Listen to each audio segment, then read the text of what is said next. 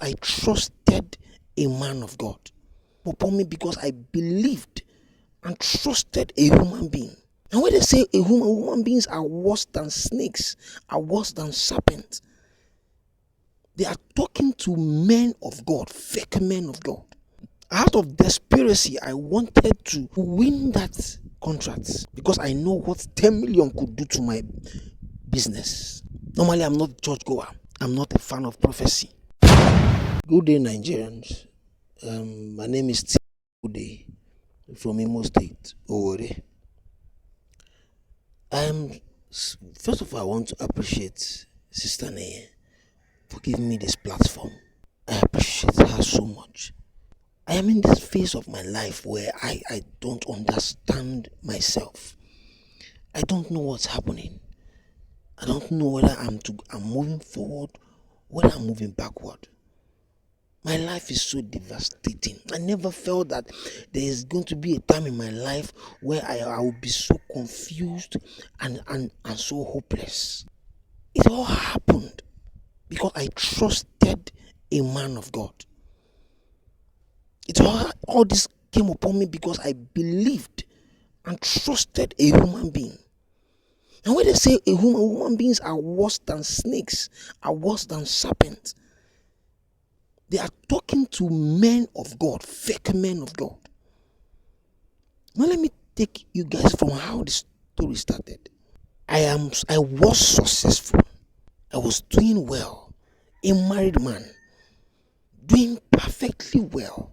I have 2 shops in Owerri, one in Emekuku and one in Nazarebelu. I had this contract of 10 million that I had to do. Then it was like we were 3 that were fighting for this contract. I was so confused because the other guys were more bigger and have more bigger profile than me. So I lost courage on it. A friend of mine introduced me to this pastor, which I would not mention his name, and said, my problem is small. He shared a story of how he had similar issue and the pastor prayed and he sowed a seed and everything was cleared and he was liberated.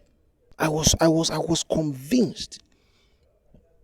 Out of desperation, I wanted to win that contract because I know what 10 million could do to my business. Though the business was not too big, but I was comfortable to feed my family and to send something home to my aged parents. Not until I followed my friend to the church. Normally, I'm not a church goer. I'm not a fan of prophecy. But because he has shared testimonies of how the pastor has been so helpful to people, prophecy-wise, I spoke to my wife about this. My wife is a church goer. She convinced me for us to give it a try. I was not even having an expectation of sowing a seed. I thought maybe I would go there and he would pray for me and things would get better. That was my plan. Then when I got to the pastor, it took him 3 days. At the 3rd day, he said he had a message that their hands holding down the contracts, that he wants to pull those hands down. That for a strong hand to hold those contracts, a stronger hand needs to pull it down. Then he wants to go into 7 days dry fasting. That I need to sow a seed of 1 million. When I heard 1 million, I wanted to say I'm done. I'm not doing anymore. But my friend convinced me that do I want to compare 1 million to 10 million? That if God breaks this yoke, do I know how much I'm going to get? From there, I might even get more jobs from the ministries. I spoke to my wife. Though we had a back and front about the seed, we both stronged our mind to do this. We dropped the seed. He said I should give God 3 days. That if this contract does not come to me, I should know that he's a fake man of God. When he said that, I told myself that before a man of God can say this thing, it means that there is an assurance from him, from God to him. Lo and behold, I did not even know when the contract was awarded to another chief, Maxwell. Normally, they are supposed to call the three of us to their office and we'll do our breakdowns and quotation and presentation. They called the two of them. They did not even call me for presentation, not to talk of awarding a contract to me. Common presentation. I was not even called to just present what I can deliver, not to talk of awarding it. I was checking my mail every day to see if they had dropped the date for the presentation. It was some days ago that a friend told me, that this social person has collected the contract. I think he's starting the work. I went to the office, and lo and behold, it was the truth. I don't know whether to kill the pastor, whether to move to the pastor's office and scatter the church, or to do something. I told my wife, she was calming me down. Then at that point, she was still blaming me on it.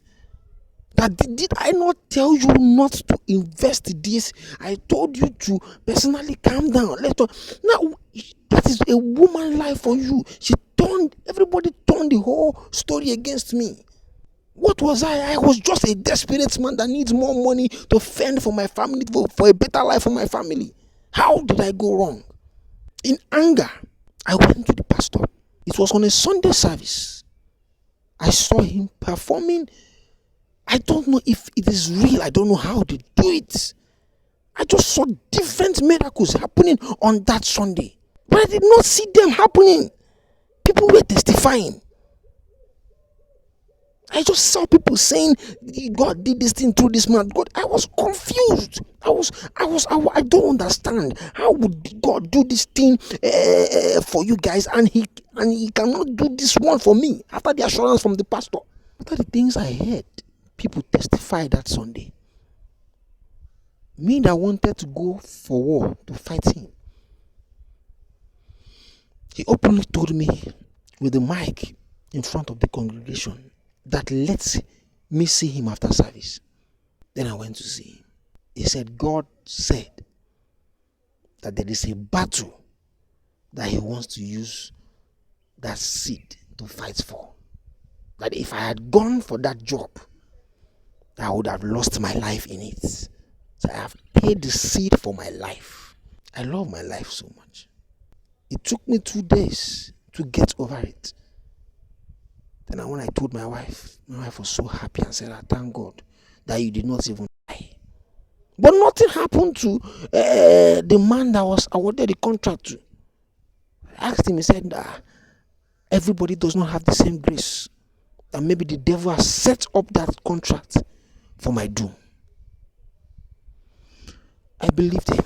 The same pastor told me that God wants to use this battle, because I also told him that I need a child for 7 years of my marriage.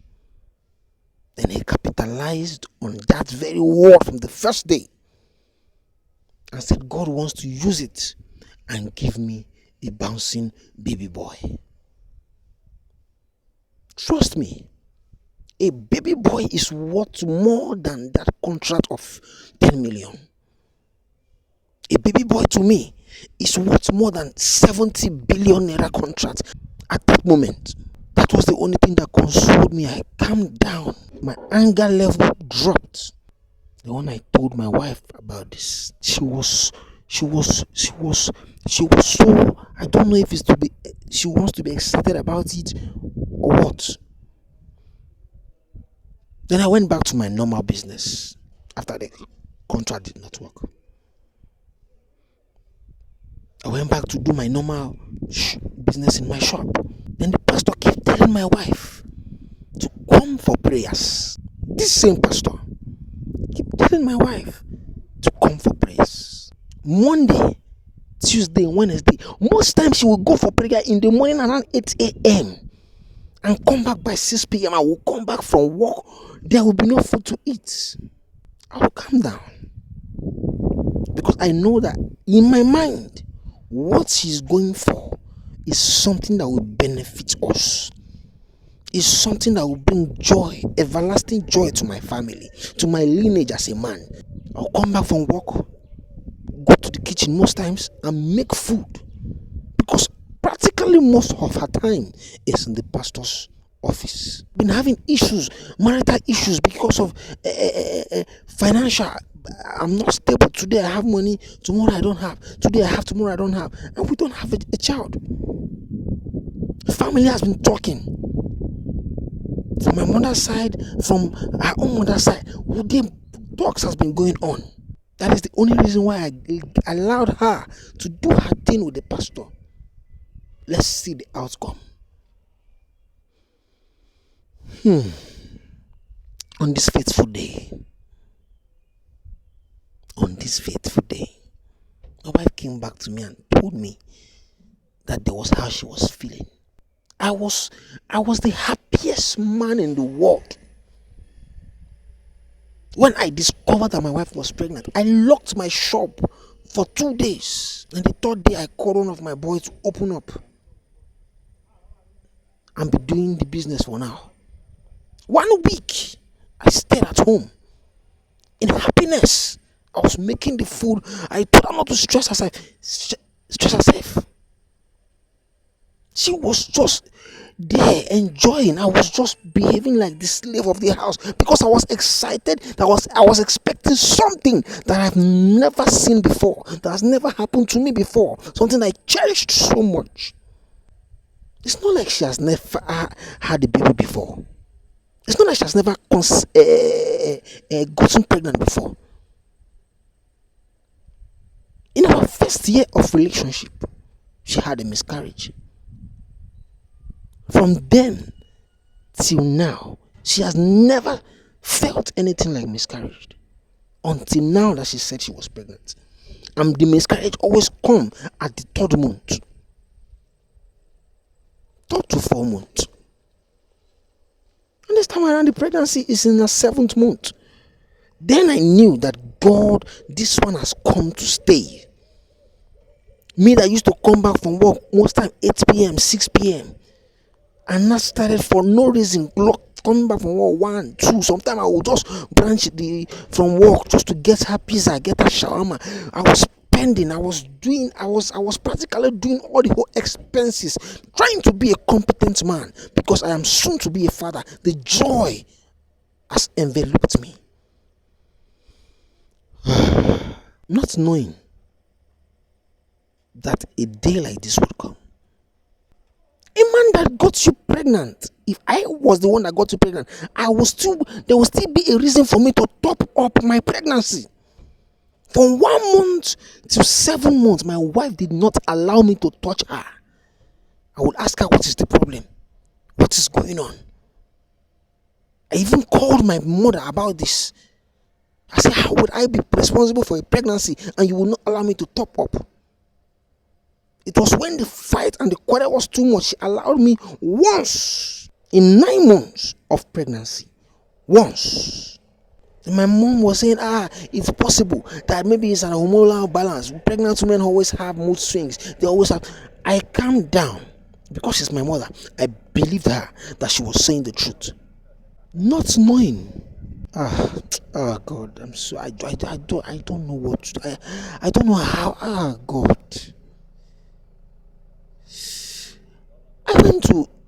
She delivered. That was the happiest day of my life. The happiest day of my existence as a man. I paint that town red. I paint Owerri red. Not just my community. The whole of Owerri knew that I gave birth to a son. I spent money, not knowing that I was spending money for nothing. After 1 year and 6 months, I heard that we did not have the child is not resembling me. Most people used to say it, that this child did not resemble me. Most times I'll be like, the child must not resemble you now. Most times people will say, even though if you know resemble mama and papa, most times it will resemble their great grandfather. That was what I was using to console myself. People were still telling me that it resembled the pastor. I took my time. I was looking at it. Even while people were saying it, I did not believe them. But I still took my time and be looking at this baby carefully. Carefully, I was looking at him. Carefully, I was looking at him. People were saying things, but I was so fond of him. I was so fond of him. I loved him so much. So I did not even count what people were saying. On this fateful day, I saw two of them going in an hotel. So I spoke to few people to investigate their movement. And they said they saw them coming from a motel. They called me and said, let me come and see what is happening. I went there.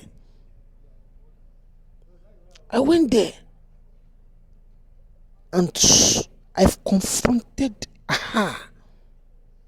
She denied it that they came here for prayer. Prayer for what? You have a child now, and my business is doing normal now. What are you coming for the prayer for? Did you consult that with your husband? After so much pressure from the family and so much pressure from threatening her with the police and forces, she confessed that the baby is not for me, that the baby is for the pastor.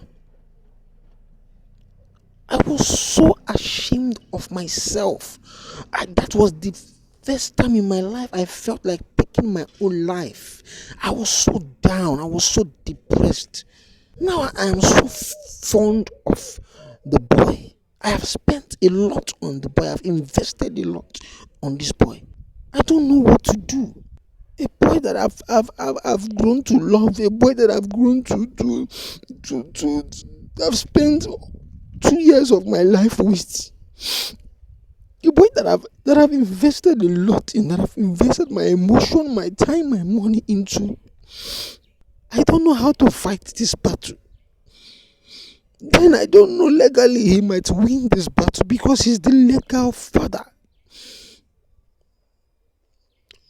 But I love this boy. I'm confused. I don't know what to do.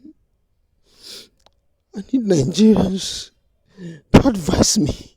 Please, Nigerians, help me. Please. You guys will help me. Please.